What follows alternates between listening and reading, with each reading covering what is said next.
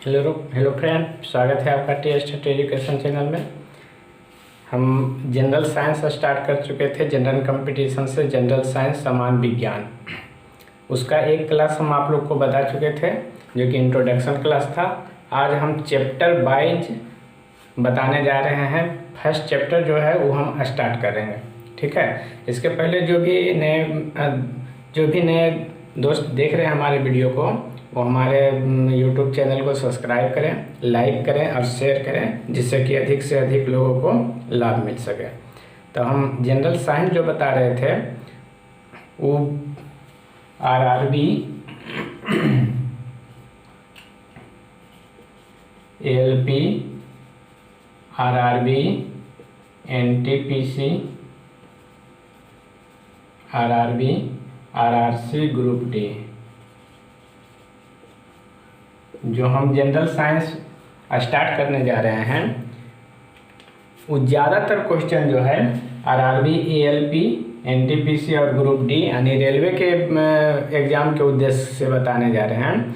ऐसे हर कंपटीशन में जिसमें साइंस का क्वेश्चन पूछा जाता है, वो हर कंपटीशन में यह लाभकारी होगा। तब चलिए स्टार्ट करते हैं। हम पहला चैप्टर हम स्टार्ट कर रहे हैं साउंड, ध्वनि, यानी पहला चैप्टर स्टार्ट कर रहे हैं ध्वनि, साउंड। ठीक, बहुत ही हल्का चैप्टर है और हर एक एग्जाम में जिसमें साइंस का क्वेश्चन पूछा जाता है, हर एक एग्जाम में, खासकर रेलवे के हर एक एग्जाम में इस चैप्टर से कम एक क्वेश्चन पूछा ही जाता है। ठीक है, बहुत ही यानी वैसे दोस्त, वैसे फ्रेंड जो कि अभी नया कंपटीशन की तैयारी करना स्टार्ट किए हैं, उनके लिए बहुत ही इम्पोर्टेंट यह चैप्टर है। यानी यह वीडियो जो है, जो हम आप लोग को बता रहे हैं, बहुत ही इम्पोर्टेंट है। जिनको समझ में नहीं आ रहा है कि हम पढ़ाई स्टार्ट करें कहाँ से, किस तरह से करें, कैसे करें, समझ में नहीं आ रहा है, उनके लिए बहुत ही इम्पोर्टेंट हम स्टार्ट कर रहे हैं चैप्टर साउंड। बिल्कुल जीरो लेवल से चलेंगे, कोई दिक्कत नहीं होगा, एकदम आसानी से आप लोग पढ़िएगा। सिर्फ हमारे वीडियो को अंत तक देखिए क्या है। सबसे पहले हम स्टार्ट कर रहे हैं साउंड। ध्वनि, जाना पहचाना शब्द है। ध्वनि यानी इसी को हम कहते हैं आवाज़। क्या कहेंगे बोलचाल की भाषा में? आवाज़। तो ध्वनि क्या है, साउंड क्या है? सबसे पहले यहाँ क्वेश्चन आता है कि साउंड है क्या। तो बहुत ही हल्का है। साउंड जो है एक प्रकार की ऊर्जा है, अगर क्वेश्चन आ गया आपको ऑब्जेक्टिव में कि साउंड क्या है, उसमें ऑप्शन रहेगा एक प्रकार की ऊर्जा है, या 3 गो ऑप्शन इसके साथ कुछ दिया हुआ रहेगा। ठीक है, तो क्या है साउंड? एक प्रकार की ऊर्जा है, एक प्रकार का कार्य है। ऐसा भी ऑप्शन में रह सकता है, एक प्रकार की ऊर्जा है, एक प्रकार का कार्य है, और इसी तरह से ऑप्शन रहेगा। तो लेकिन है क्या? तो एक प्रकार की ऊर्जा है। अब प्रश्न आता है कि साउंड की उत्पत्ति होती है कहाँ से? साउंड की उत्पत्ति कैसे होता है, कहाँ से होता है, इस पर हम विचार करते हैं। साउंड की उत्पत्ति कहाँ से होता है? हम बोल रहे हैं तो जो ध्वनि है, साउंड है, ये कैसे उत्पन्न हो रहा है हमारे शरीर से, हमारे मुंह से कैसे निकल रहा है? आप मोबाइल में देख रहे हैं, मोबाइल से ध्वनि निकल रहा है, कैसे निकल रहा है? प्रश्न आता है ये कैसे इसका उत्पत्ति होता है। तो हम पढ़ेंगे ध्वनि की उत्पत्ति,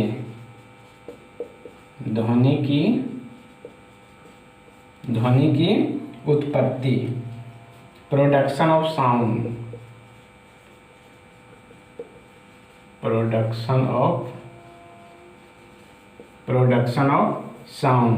बिल्कुल ही आसान है, बहुत ही आसानी से आप समझिएगा। देखिए क्या है, ये ध्वनि की उत्पत्ति कैसे होती है, किस तरह से होती है। हम लोग बचपन में पढ़े हैं स्कूल में हम लोग पढ़े हैं। तब उस समय क्या था, छुट्टी होता था तो घंटी बजाते थे, टन टन टन टन टन टन टन। तो कभी महसूस किए हैं कि जो घंटी हम बजा रहे हैं, तो ये घंटी बजाने में वो जो लोहा का बना हुआ घंटी है, उसमें कंपन होता है? कभी महसूस किए होंगे। उसमें क्या होता है, कंपन होता है, थरथराता है। क्या होता है, थरथराता है, कंपन होता है। तो ये जो ध्वनि की उत्पत्ति है कंपन से होती है। किससे होती है, कंपन के कारण। कंपन के कारण ध्वनि की उत्पत्ति कैसे होती है, कंपन के कारण।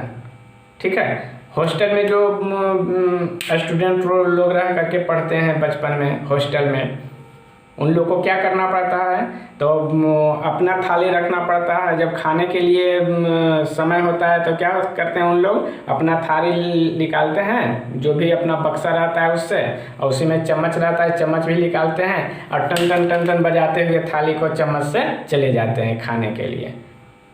तो जो थाली और चम्मच हम बजा रहे हैं, तो थाली और चम्मच दोनों में कंपन उत्पन्न होता है। देखते होंगे हाथ में पकड़े हुए रहते हैं थाली को और बजाते हैं तो हाथ भी हल्का सा थरथराता है, तो उसी को कहते हैं हम कंपन। क्या कहते हैं, कंपन। यानी कंपन के कारण ही ध्वनि की उत्पत्ति हुआ है। ध्वनि की उत्पत्ति किसके द्वारा हुआ है, कंपन के कारण। किसके कारण, कंपन के कारण। ठीक है, समझ गए, ध्वनि की उत्पत्ति कहाँ से होती है, कंपन के कारण। तो हम बता चुके हैं कि घंटी बजाते हैं तो उसमें भी कंपन होता है, थाली को बजाते हैं उसमें भी कंपन होता है, बेंच को बजाते हैं उसमें भी कंपन होता है, गिटार को बजाते हैं तो उसमें जो तार होता है वायर उसको हिलाते हैं तो उसमें भी कंपन होता है। तो कंपन के कारण ही उत्पत्ति होता है ध्वनि का। हम लोग आजकल क्या होता है कि ढोलक इस तरह से तबला होता है, एक इस तरह का एक तबला होता है, इस तबला पर क्या करता है बजाने वाला, इससे डंडा से पीटता है, इसका जो लेयर होता है उसके बीच कंपन होता है ऊपर नीचे, उसमें क्या होता है, कंपन होता है। तो ये जो ध्वनि की उत्पत्ति है वो किसके कारण होता है, कंपन के कारण ही होता है। ठीक है, किसके कारण, कंपन के कारण। तो सबसे पहले देखिए कंपन है क्या, ये जो कंपन है ये कंपन क्या है, हम कंपन किसको कहेंगे। ठीक है, तो ये कंपन कैसे होता है, तो ये कंपन देखिए, कंपन जो होता है अभी हम आपको बताए हैं, अभी जस्ट हम आप लोग को बताए हैं कि जैसे ये घंटी हम बजाएं, घंटी को हम बजाएं तो ये आगे पीछे देखिए कंपन हो रहा है। ये जो लोहा का घंटी बजा रहता है वो आगे पीछे कंपन होता है। कैसा कंपन, आगे पीछे वाला कंपन होता है। घंटी बजा, थाली या चम्मच को बजाते हैं, आगे पीछे कंपन होता है। कैसा होता है, आगे पीछे कंपन होता है। तो इसको हम लिख सकते हैं कि ऊपर आगे पीछे के गति के कारण, आगे पीछे के गति के कारण कंपन।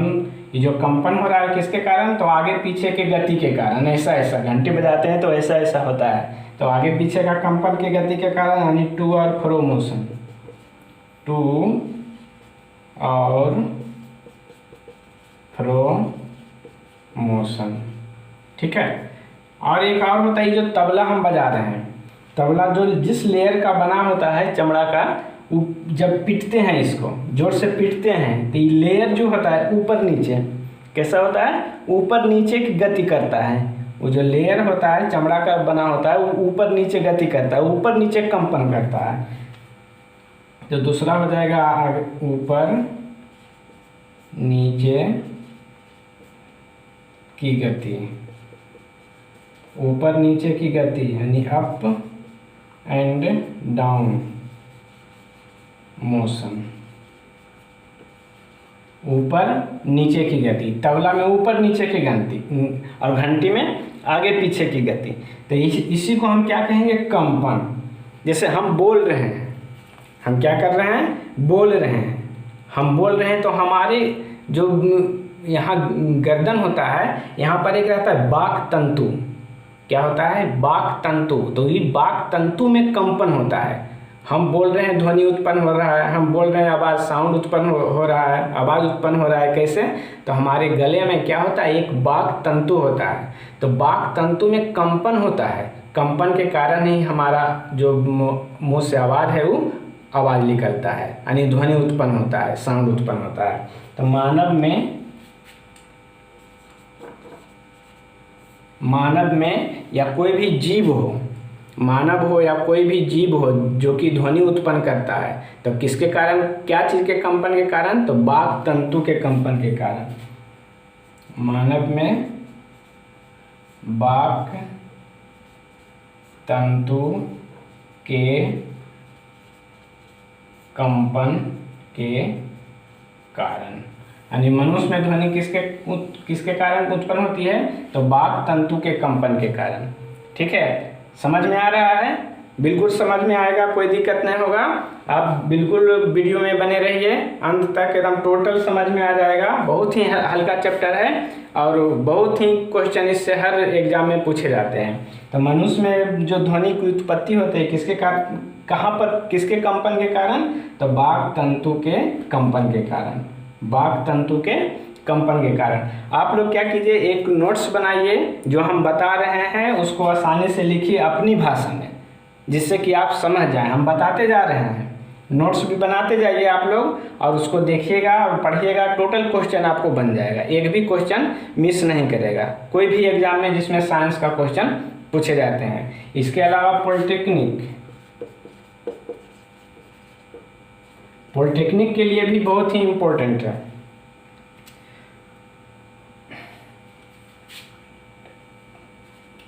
पॉलिटेक्निक के लिए भी यह बहुत ही इम्पोर्टेंट है।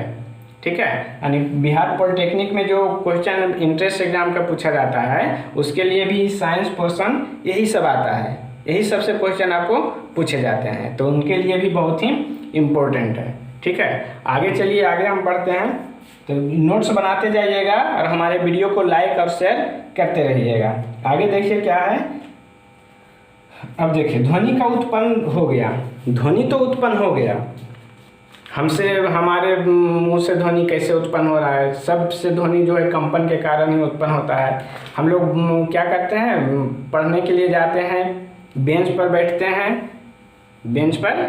हैं, वहाँ भी बेंच को बजाते हैं तब ध्वनि उत्पन्न होता है, तो वहाँ लकड़ी में भी ध्वनि का उत्पन्न होता है, लकड़ी में कंपन उत्पन्न होता है, बेंच में या टेबल में कंपन उत्पन्न होता है, उसके कारण ध्वनि की उत्पत्ति हो रही है। ठीक है, आगे देखिए, जो ध्वनि की उत्पत्ति तो हो रही है, ध्वनि की उत्पत्ति हो रही है, हम बोल रहे हैं तो आवाज़ तो निकल रहा है, आप मोबाइल में देख रहे हैं तो मोबाइल से आवाज़ तो निकल रहा है, लेकिन हमारे मुंह से निकल रहा है तो आपके पास कैसे जा रहा है, मोबाइल से निकल रहा है तो आपके कानों तक कैसे पहुंच रहा है। ये एक समस्या उत्पन्न हुआ कि किस प्रकार से जा रहा है, एक जगह से दूसरे जगह ध्वनि किस तरह से जा रहा है। ध्वनि की एक जगह से दूसरे जगह जाने को ही कहते हैं ध्वनि का संचरण। क्या कहते हैं, उसको संचरण कहा जाता है। संचरण विधि द्वारा ध्वनि एक स्थान से दूसरे स्थान तक जाता है। तो आगे देखिए, ध्वनि का संचरण, नोट्स बनाते जाइएगा, नोट्स बना करके रखिएगा तो आपको काम देगा। आगे हम लोग का है ध्वनि का संचरण, ध्वनि का संचरण, यानी ध्वनि का संचरण कैसे होता है, ध्वनि का संचरण कैसे होता है। तो ध्वनि का संचरण जो होता है वह तरंग के रूप में होता है। ध्वनि का संचरण कैसे होता है, तरंग के रूप में, तरंग के रूप में। ध्वनि का संचरण तरंग के रूप में होता है। किस रूप में होता है, तरंग के रूप में, यानी वेव के रूप में। किसके रूप में होता है, ध्वनि का संचरण वेव के रूप में होता है, तरंग के रूप में होता है। तो ये जो वेव के रूप में होता है, तो ये वेव क्या है, ये वेव क्या है, यानी तरंग क्या है, या यह कितने रूपों में पाए जाते हैं, और यह कितने रूपों में पाए जाते हैं। अभी हम लोग को पढ़ना है कि तरंग जो है कितने रूपों में पाए जाते हैं, ये कितने प्रकार के होते हैं। ठीक है, तो तरंग देखिए, तरंग क्या है, जैसे हम लोग, ये एक डोरी है, ये डोरी है, ये बंधा हुआ है, ये डोरी एक बंधा हुआ है। ठीक है, इसको हम क्या करेंगे, तेज से खींच के छोड़ देंगे। ये डोरी एक बंधा हुआ है, दोनों छोर बंधा हुआ है, फिक्स है। इसको क्या करेंगे हम, ये धागा है एक, रस्सी है एक, या फिर तार है, इसको क्या करेंगे, नीचे की ओर खींच करके छोड़ देंगे, तो ये वाला तार जो है इस रूप में चलेगा, तो इसी को कहते हैं हम तरंग। इसी को क्या कहेंगे? तरंग। तालाब है, कोई तालाब है, तालाब में पानी भरा हुआ है, इसमें हम एक ढेला मारेंगे, एक ढेला तालाब में फेंकेंगे तो इस रूप में चारों तरफ देखिए, तो इस रूप में चारों तरफ तरंग के उत्पन्न हो, पानी क्या होता है? ऊपर नीचे ऊपर नीचे ऊपर नीचे इस रूप में उत्पन्न होता है, तो यही तो तरंग कहलाता है। इसी को हम क्या कहेंगे? तरंग कहेंगे। ठीक है, इसको क्या कहेंगे? तरंग कहेंगे, वेव कहेंगे।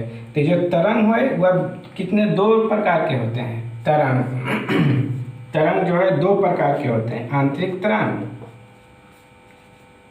आंतरिक तरंग और विद्युत चुंबकीय तरंग, विद्युत चुंबकीय तरंग। समझ में आ रहा है?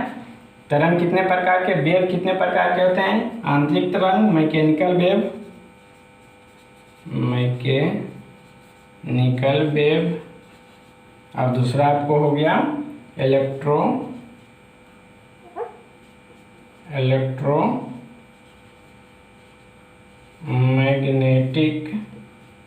वेव। ठीक है, एक हो गया विद्युत चुंबकीय तरंग और एक हो गया आंतरिक तरंग। इस तरंग के रूप में जो ध्वनि का संचरण होता है, किस रूप में? तरंग के रूप में। तरंग किसको कहते हैं हम बता चुके हैं आपको। अभी तरंग जो होते हैं 2 प्रकार के होता है, एक आंतरिक तरंग और एक होता है विद्युत चुंबकीय तरंग। ठीक है, एक आंतरिक तरंग और एक विद्युत चुंबकीय तरंग। अब आंतरिक तरंग हम किसको कहेंगे? ये आंतरिक तरंग है, ये किसको कहेंगे? तो वैसा तरंग जिसका संचरण के लिए, यानी वह तरंग जिसका संचरण के लिए माध्यम की आवश्यकता होती है, जिसका संचरण एक जगह से दूसरी जगह जाने के लिए माध्यम की आवश्यकता होती है। माध्यम का मतलब क्या? ठोस, द्रव, गैस, ये 3 गो माध्यम होता है, ठोस, द्रव और गैस। तो जिस तरंग का संचरण ठोस, द्रव और गैस में होता है उस तरह का तरंग क्या कहलाता है? आंतरिक तरंग। और जिसका संचरण के लिए कोई माध्यम की आवश्यकता नहीं होती है, किसी माध्यम की आवश्यकता नहीं होती है, उसको हम क्या कहेंगे? विद्युत चुंबकीय तरंग। यानी जिस तरंग के संचरण के लिए एक जगह से दूसरी जगह जाने के लिए माध्यम की आवश्यकता नहीं होती है, उसे हम क्या कहेंगे? विद्युत चुंबकीय तरंग। जैसे में देखिए यहाँ आंतरिक तरंग में ध्वनि, आवाज़, यानी ध्वनि साउंड जो हुआ, हमारे से आपके पास जा रहा है, मोबाइल में बज रहा है, हमारे पास आ रहा है, तो यहाँ पर एक माध्यम है। मोबाइल और हमारे पास एक क्या है? माध्यम है। क्या माध्यम है?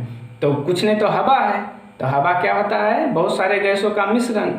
तो यहाँ हवा जो है ये माध्यम कहलाया। क्या कहलाया? माध्यम कहलाया। ये देखिए हम लोग पढ़ने जाते हैं तो ये बेंच पर क्या करते हैं? ये बेंच पर हम यहाँ पर मूड़ी रख के, यहाँ पर इस तरह से मूड़ी रख के सोते हैं, और उस साइड वाला लड़का क्या करता है? बजाता है खट खट खट खट खट खट। तो देखिए, तो वहाँ जो बजाता है वो डायरेक्ट हमारे कान के पास आ रहा है। तो ये जो बेंच है ये ठोस है। बेंच है क्या है? ठोस है। तो ठोस में ये माध्यम, बेंच ठोस के द्वारा, लकड़ी के द्वारा ही हमारे पास ध्वनि आ रहा है, कान में आ रहा है। तो ये ठोस क्या कहला? एक माध्यम है।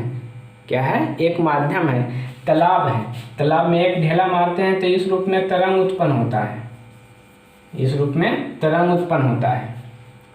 तरंग आगे की ओर उठता है, इस तरह से ऊपर नीचे होते हुए आगे की ओर बढ़ते जाता है। कहाँ तक जाता है? कहाँ तक जाता है? जहाँ तक पानी की सतह होता है। अगर पानी यहाँ पर आ गया, आपका पानी की सतह खत्म हो गया, तो यहीं पर तरंग समाप्त हो जाता है। तो कहाँ उत्पन्न हो रहा है? पानी में। पानी क्या है? द्रव है। पानी क्या है? द्रव है। तो ये पानी जो है वह भी एक माध्यम कहलाया। द्रव के रूप में पानी, तो द्रव भी एक माध्यम है। तो ऐसा तरंग जिसके संचरण की माध्यम की आवश्यकता होती है, माध्यम की आवश्यकता होती है। आंतरिक तरंग में के संचरण के लिए माध्यम की आवश्यकता होती है, और विद्युत तरंग के लिए माध्यम की आवश्यकता नहीं होती है। माध्यम की आवश्यकता नहीं। जैसे चंद्रमा पर आदमी कितनों बोलेगा? अगर 2 आदमी हो जन कितनों तुम बोलो, तुम्हारा ध्वनि ऊ ने, उसका ध्वनि हम ने नहीं सुन पाएगा। यानी वो दोनों व्यक्ति चंद्रमा पर जो गया है वो एक दूसरे के ध्वनि को नहीं सुनेगा। क्यों? इसलिए कि वहाँ पर ध्वनि है ही नहीं, वहाँ हवा है ही नहीं, वहाँ हवा जो है नहीं। तो हवा क्या है? माध्यम है। हवा क्या है? माध्यम है, गैस कहलाता है। हवा को विभिन्न गैसों का मिश्रण, तो उसको गैसीय माध्यम कहेंगे हम। तो गैसीय माध्यम नहीं है, इसलिए वहाँ पर एक व्यक्ति दूसरे के आवाज़ को नहीं सुन पाता है। ठीक है, तो अब देखिए यहाँ पर माध्यम की आवश्यकता होती है। और यहाँ पर देखिए विद्युत चुंबकीय तरंग, सूर्य बहुत दूर है, सूर्य बहुत दूर है ऐसे जगह पर जहाँ पर कि हवा भी नहीं है, और उस सूर्य का रोशनी हमारे पास पहुँचता है। बीच में ऐसा जगह मिलता है जहाँ पर हवा भी नहीं है, निर्वात है, वहाँ कुछ भी नहीं है, निर्वात है, वहाँ पर कुछ भी नहीं है, बिल्कुल निर्वात है। वहाँ से भी हमारे पास पहुँच जाता है, वहाँ से भी धरती पर चला आता है। तो जो किरण है, लाइट है, उसके संचरण के लिए माध्यम की आवश्यकता नहीं होती है, उसके संचरण के लिए माध्यम की आवश्यकता नहीं होती है। तो ये जो माध्यम क्या कहलाएगा? ठोस, द्रव और गैस। ठोस, द्रव और गैस। इसका एग्जाम्पल देख लीजिए, इसको और आंतरिक तरंग का प्रकार हम आगे पढ़ेंगे, ये यहीं पर हो जाएगा। इसका एग्जाम्पल क्या होगा? एक्सरे।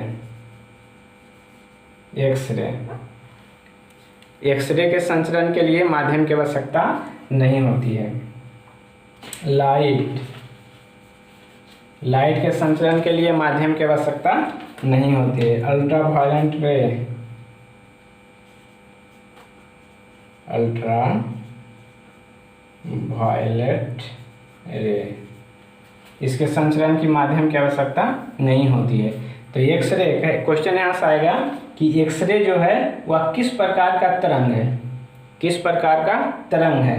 तो विद्युत चुंबकीय तरंग। किस प्रकार का तरंग है? विद्युत चुंबकीय तरंग। लाइट किस प्रकार का है? विद्युत चुंबकीय तरंग। अल्ट्रावायलेट क्या है? तो विद्युत चुंबकीय तरंग। ठीक है, अब कहेगा कि ध्वनि किस प्रकार का तरंग है? आगे आप लोग को पूछेगा कि ध्वनि जो है किस प्रकार का तरंग है, तो ध्वनि कौन आ जाएगा? आंतरिक। कैसे? तो हमारे से मोबाइल से हम सुन रहे हैं, मोबाइल से, मोबाइल में जो बज रहा है वो हम सुन रहे हैं, तो बीच में माध्यम आया, कौन सा? गैसीय माध्यम। कौन सा माध्यम? गैसीय माध्यम। गैसीय माध्यम के द्वारा मोबाइल का आवाज़ हम सुन रहे हैं, तो ये क्या कहलाएगा? आंतरिक तरंग। ठीक है, चलिए आगे देखें। आगे हम लोग को पढ़ना है आंतरिक तरंग जो है। यहाँ तक समझ गए होंगे, अच्छे से समझ गए होंगे। वीडियो को लाइक शेयर करते रहिए। देखिए आगे हम लोग को पढ़ना है आंतरिक तरंग।